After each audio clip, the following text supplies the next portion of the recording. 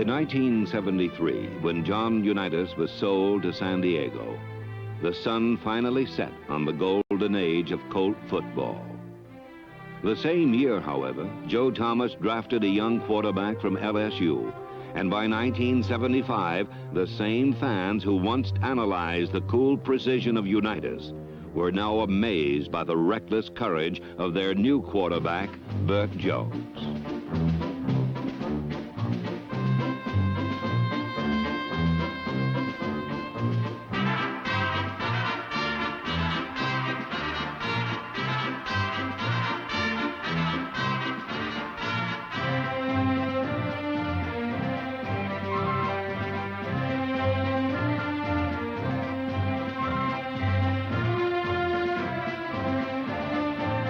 Jones played with pain, with broken ribs, with a sore arm. Hardly a week went by without some mishap. Yet Jones always returned and always provided inspiration.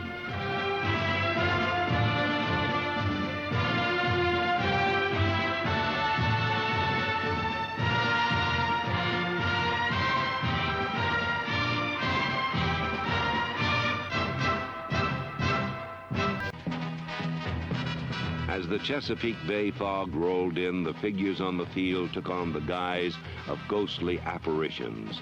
And Bert Jones needed 96 yards to realize his impossible dream.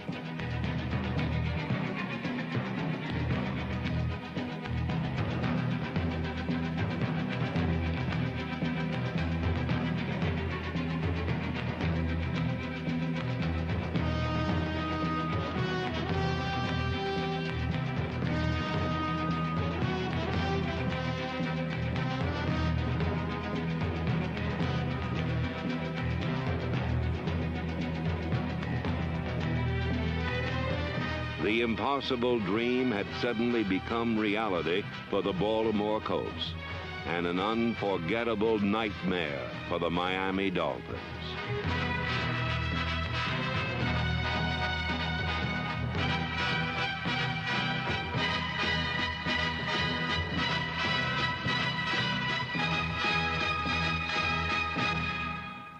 Jones on the Colts' second series of the game did just that, teaming with Roger Carr, who with Big Bert gives Baltimore one of the most feared long-range combinations in the league. A flick of Jones' wrist, and the ball was there.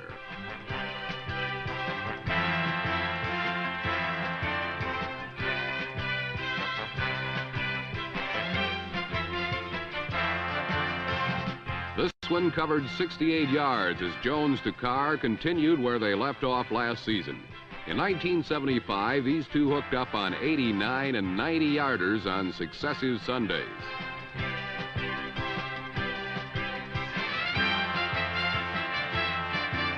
Looking at the play from up top, we can see that Jones' pass was perfect. Carr was behind Ken Riley and never broke stride.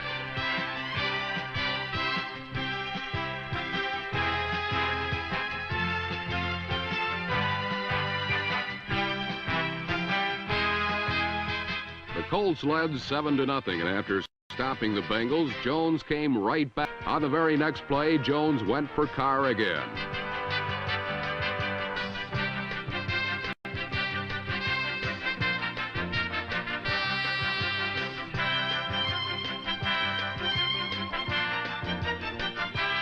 Never mind that Carr had stepped out of bounds, for even if he had stayed in, the 88-yard play was nullified by offsetting penalties.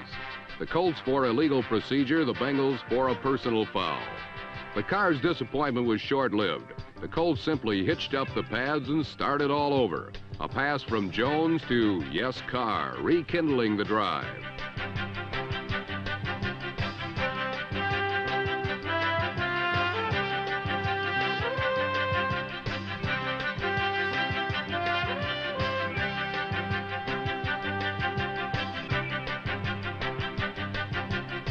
Perhaps a bit overworked, Jones gave Carr a breather and turned to Glenn Doughty. One pass to number 35 brought a 24-yard interference call. A second, a 13-yard gain to the Bengal 22. But a third and fourth attempt failed to click.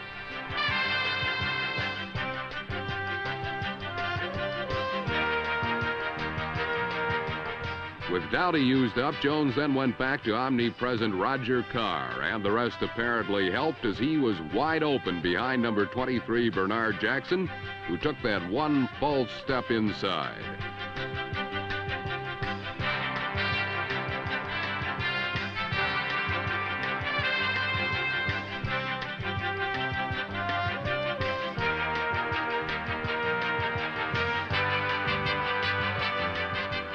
On the 22-yard score, Carr got his 5th catch and 133rd yard as the Colts climb back to trail by 3. Another look reveals that Jones got good protection.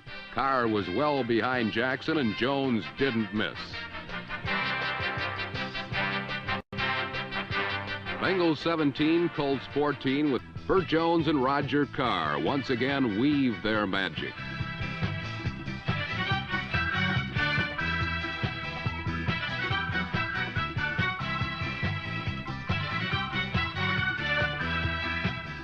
Carr's dazzling speed converted a simple turn-in pattern into a 65-yard touchdown sprint. And Bert Jones was the first man on the scene to congratulate him. The Jones-to-Carr connection had kept Baltimore in the game and now had given the Colts the lead again. But today's Colts no longer live in the shadow of those great Baltimore teams of the past, for the Unitas era has passed the torch to a shaggy-haired 25-year-old named Bert Jones. And the flame of greatness has not been extinguished. Many think of Jones as pro football's next great quarterback, and that he seems to be. The 4th-year pro leads the NFL in passing, while his offense has gained more yardage and scored more points than any team in football. By any standards, Jones has not disappointed. Does not stop there. At 6'3" and 212 pounds, Bert Jones carries the bulk of many NFL running backs, and he doesn't hesitate to carry the ball. On Baltimore's first possession, Jones and Mitchell moved the ball to New England's 22. The rest belonged to speedster Roger Carr. Carr averages slightly more than 1.7 miles per reception. Forgotten all about Roger Carr. Needing a big play to arouse his lethargic Colts, Bert Jones fired the cannon.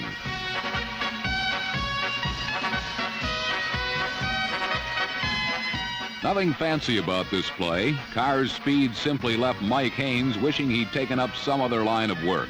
A replay shows a perfectly thrown ball and a wide-open receiver.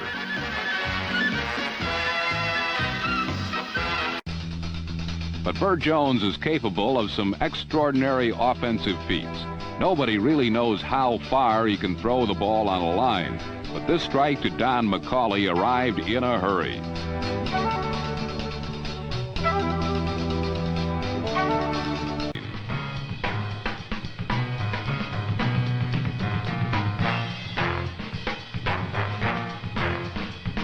Only 4 yards from pay dirt, all the while Bert Jones hovered on the brink of a big play for the Colts. And midway through period 3, Jones uncorked a spiral to write home about.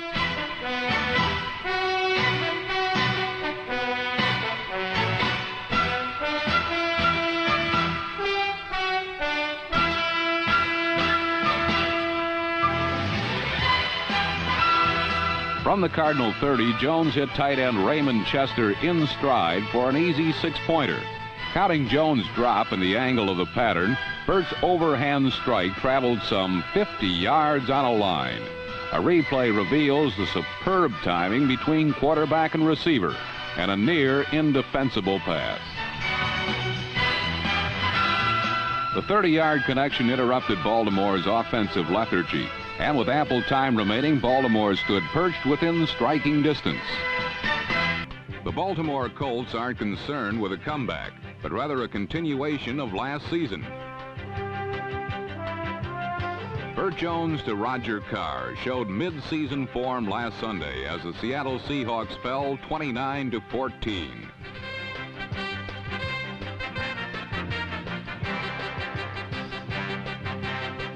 Armed with last season's formula for success and stronger still in other areas, the facts are only teams with exceptional strength will seriously challenge the Colts this season.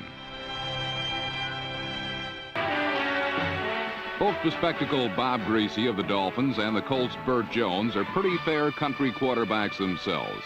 And Jones may, in fact, be the next Johnny Unitas. The Dolphins 64 and 52 yards. To this, Jones added a 47-yard pass to Raymond Chester on the Colts' next series. But Jones beat a blitz and burned Larry Gordon by hitting Raymond Chester in the corner of the end zone for a second straight Colts score.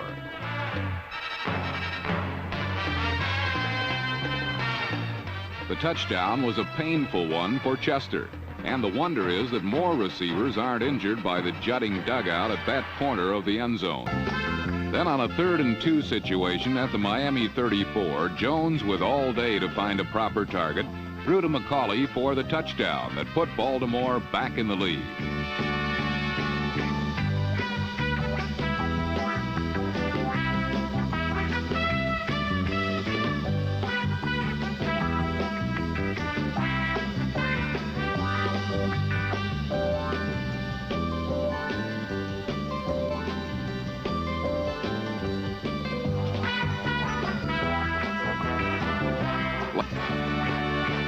When Don Nottingham fumbled the ball on his own 5, Bert Jones wasted no time in padding the Colts' lead.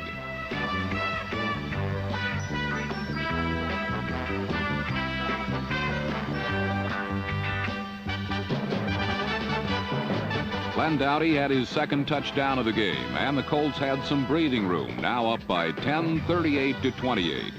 Afterwards, Ted Marchibroda said, "I never doubted we'd come back. I knew we could score when we wanted to."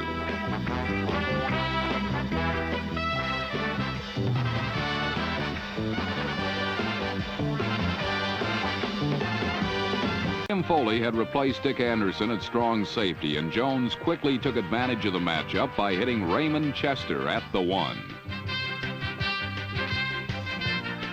It was a fine catch against a much smaller man and led to Don McCauley's touchdown over right tackle on the very next play.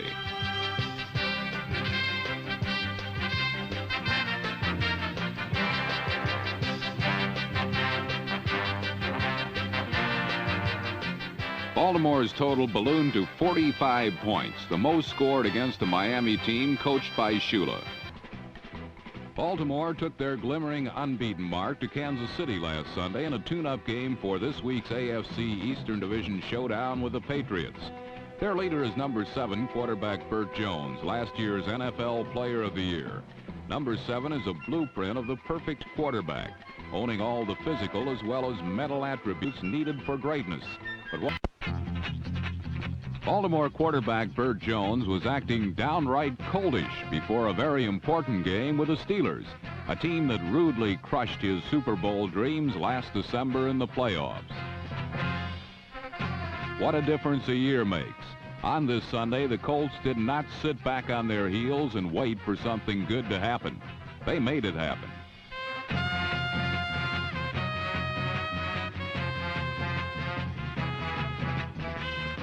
Off play action, Jones isolated running back Roosevelt Leaks on linebacker Lauren Taves, number 51, and the result was a lead the Colts never relinquished. The once unyielding steel curtain defense was pointedly papier-mâché against Baltimore, and the concussive thud of hard hits was replaced by some high-pitched whining.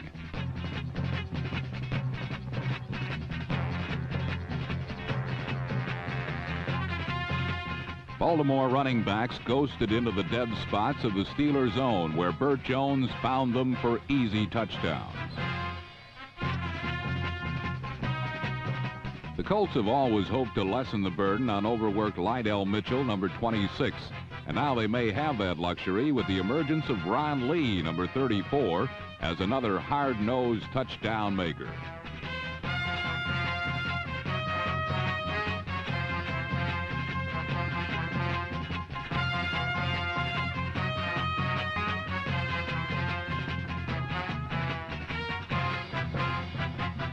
Baltimore's swarming defense stifled the Pittsburgh attack for 3 quarters. Just when Coach Walt Michaels of the Jets had turned his team from horrible to respectable, he was burdened with the loss of his star quarterback Richard Todd. So last week he watched in envy as Baltimore's Bert Jones hijacked his Jets and held them for a 33-point ransom.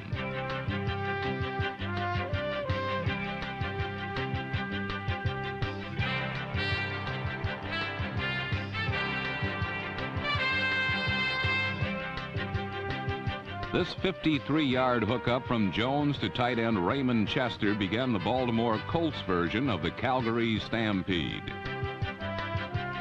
Bert was hotter than a smoking pistol, 45 Colt type naturally, as he passed for 322 yards and 3 touchdowns. This one a 33-yard shot to Glenn Doughty. Most quarterbacks throw best while standing statuesque in the pocket. But like the Sundance Kid, the Jones boy fires deadly when he's moving, this time to running back Lydell Mitchell.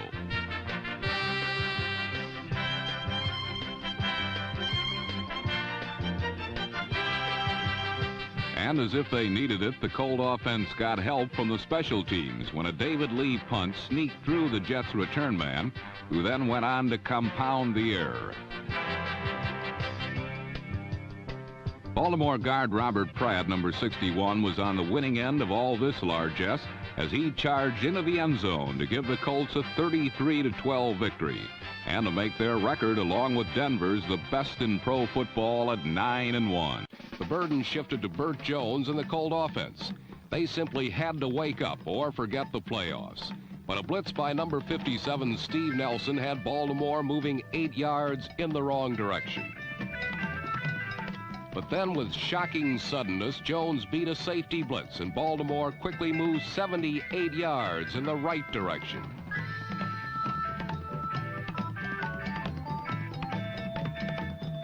For tight end Raymond Chester, the 78-yard reception was the longest in his 8-year career. But more important, it was the first time in weeks Jones had struck for the bomb. The long ball has been missing from Baltimore's arsenal throughout a month-long swoon that has seen them reach the brink of playoff extinction. But when Jones hit Chester for 78, the entire city of Baltimore woke up.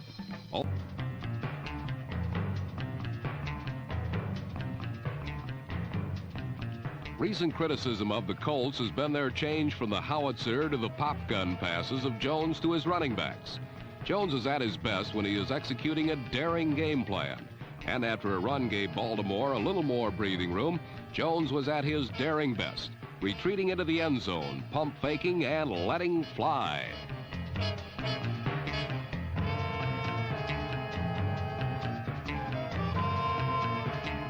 "57 yards downrange, Glenn Doughty hauled in Jones at his best. And Baltimore began a playbook-perfect drive that would see them convert 4 third-down and must situations. Viewing the scoring, New England jumped to a 7-0 lead on a Grogan to Francis pass of 5 yards. Linhart kicked the Baltimore field goal. Then Grogan sneaks it in from 1 yard out to make it 14-3 at halftime. Raymond Claiborne ran the kickoff back 101 yards to start the second half, and New England led 21-3. But Baltimore has been rallying, and there's Jones going long for Doughty. He got it! Out of bounds at the 39-yard line.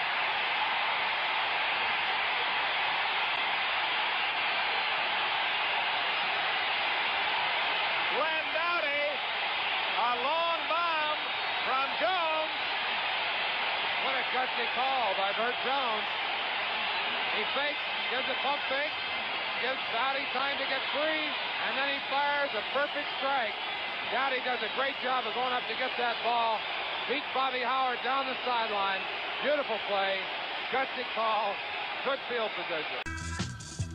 The Colts and Raiders had combined for 21 points in under 4 minutes, 4 points more than they had scored in the entire first half. But the pace slowed momentarily, however, as neither team could score on its next possession, although each did move into the other's side of the field.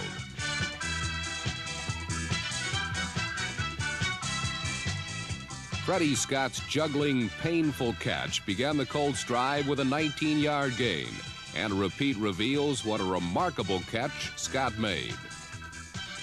Scott had a tenuous grasp on the ball at best when Monty Johnson wasted him. Neither could score, but early in the fourth quarter, the Colts began another point deluge. Jones passed brilliantly on the drive, working number 35 Glenn Dowdy outside and Lydell Mitchell in between the Oakland pass coverage zones. With 4. Now it was Baltimore's turn on the upside of the seesaw battle. They used only 4 plays to go 73 yards for another touchdown.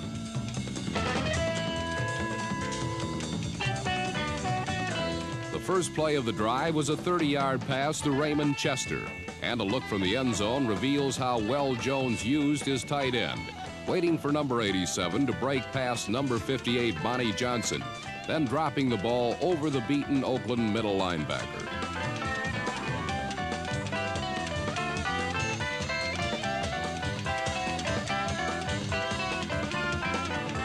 Jones now centered his attentions on running back Ron Lee, who got all of the remaining 43 yards of the drive on just 3 plays. Till Bert Jones shook off his rust.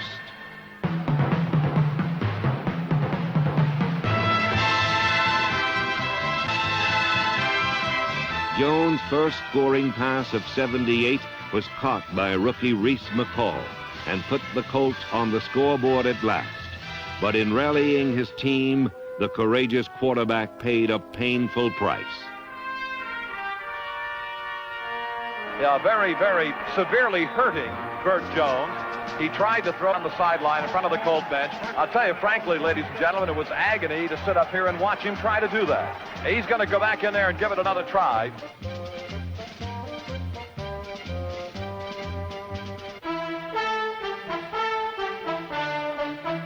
For one shining evening, the potent partnership of Jones to Carr was together again. And 78 yards later, Baltimore was ahead. This could be their last possession. They're going to have to take it in, drive the ball, because they don't know whether Bert can throw it long.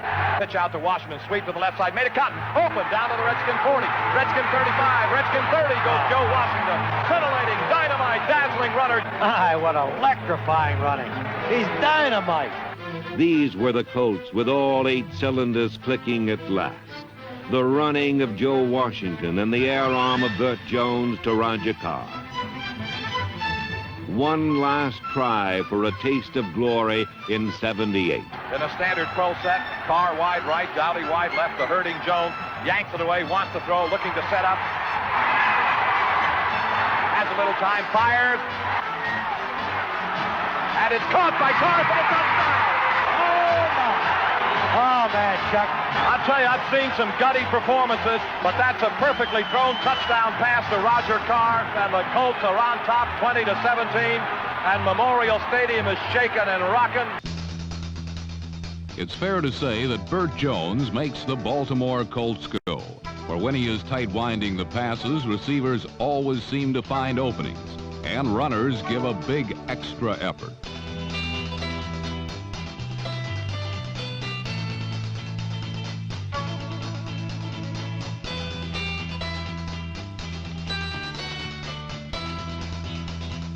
During Baltimore's showdown with the New England Patriots last Sunday, Jones' presence inspired a team which had previously won but 2 games.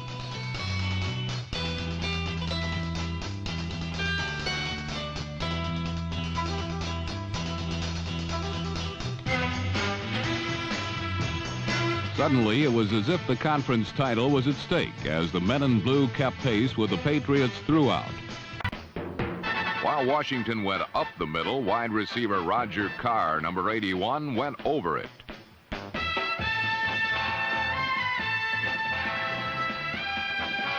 Gutty catches like Carr's spread out the Buffalo secondary and cleared the lane for Mike Ciani, number 45, and the game's first touchdown.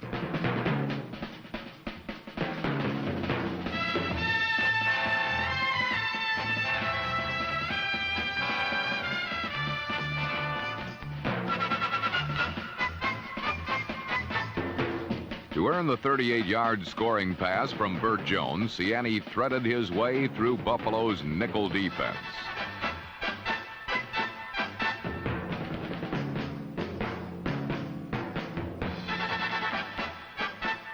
The touchdown on Baltimore's first possession gave the Colts early momentum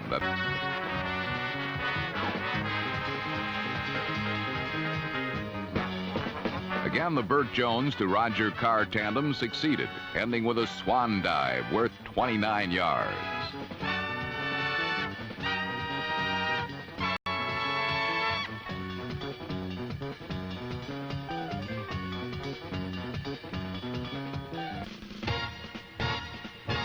The timing between Bert Jones and his receivers was more precise, as Raymond Butler and Mike Ciani combined to carry the Colts toward their final score of the half.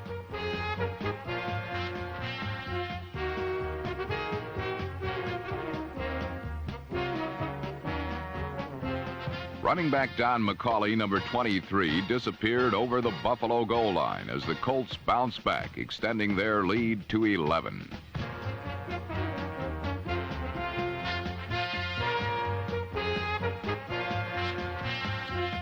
Healthy Bert Jones has met a healthy Baltimore offense in 1980.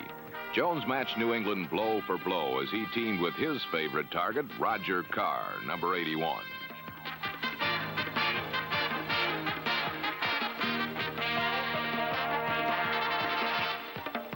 From a yard out, Cleveland Franklin bowled his way into the end zone, and the game was quickly tied.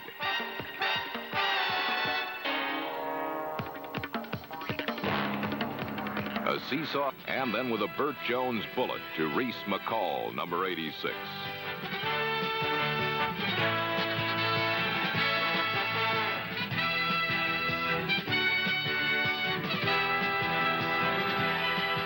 Jones' strikes had beaten previously undefeated Buffalo a week earlier. Now he would give the same treatment to the once-beaten Patriots.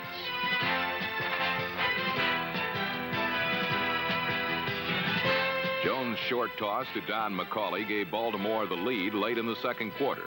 For the second time in the half, Jones and the Colts offense controlled the ball for over 5 minutes against one of the best defenses in the AFC. Baltimore's only problem was that New England had done the same thing. As the half ended, the Patriots hoped it would only be a matter of time before their defense would come up with a big play to shut down the brilliant Bert Jones.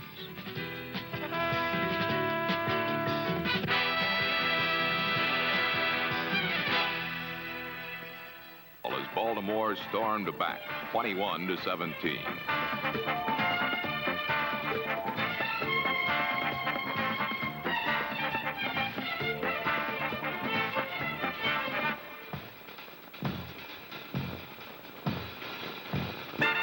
The difference in Baltimore in 1980 has been Bert Jones.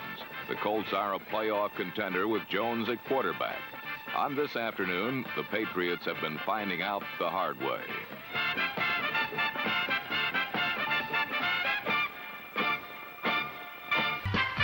You can see it in his walk. Call it a swagger if you will. It's confidence, and Bert Jones has it. When Jones is at the controls of Baltimore's offense, the Colts feel they can score on anyone. Bert had started slowly this season, but after a strong first half showing against Miami, the AFC's number 2 defense, he was looking like vintage Jones again.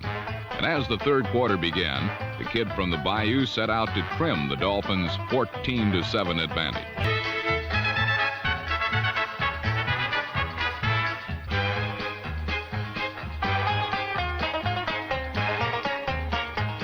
Butler, a second-year pro from Southern Cal, has become Baltimore's big play receiver and would contribute more later in the contest. Another look reveals that he ran a tough corner pattern to get open, while Jones threw over 3 Dolphin defenders to complete the score.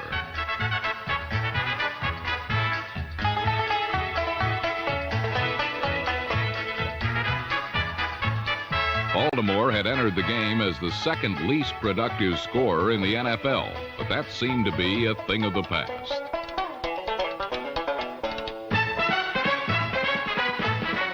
Now the young Bert Jones responded with a scoring drive of his own that was wrapped up in just 3 tries.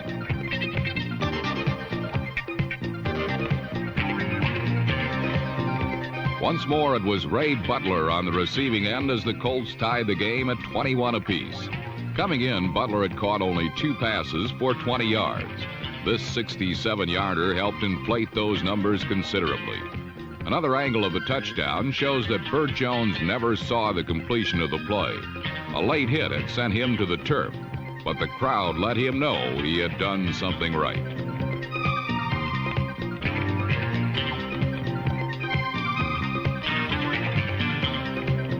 The third quarter ended, and the players dusted themselves off and dug in for what would be an incredible final 15 minutes.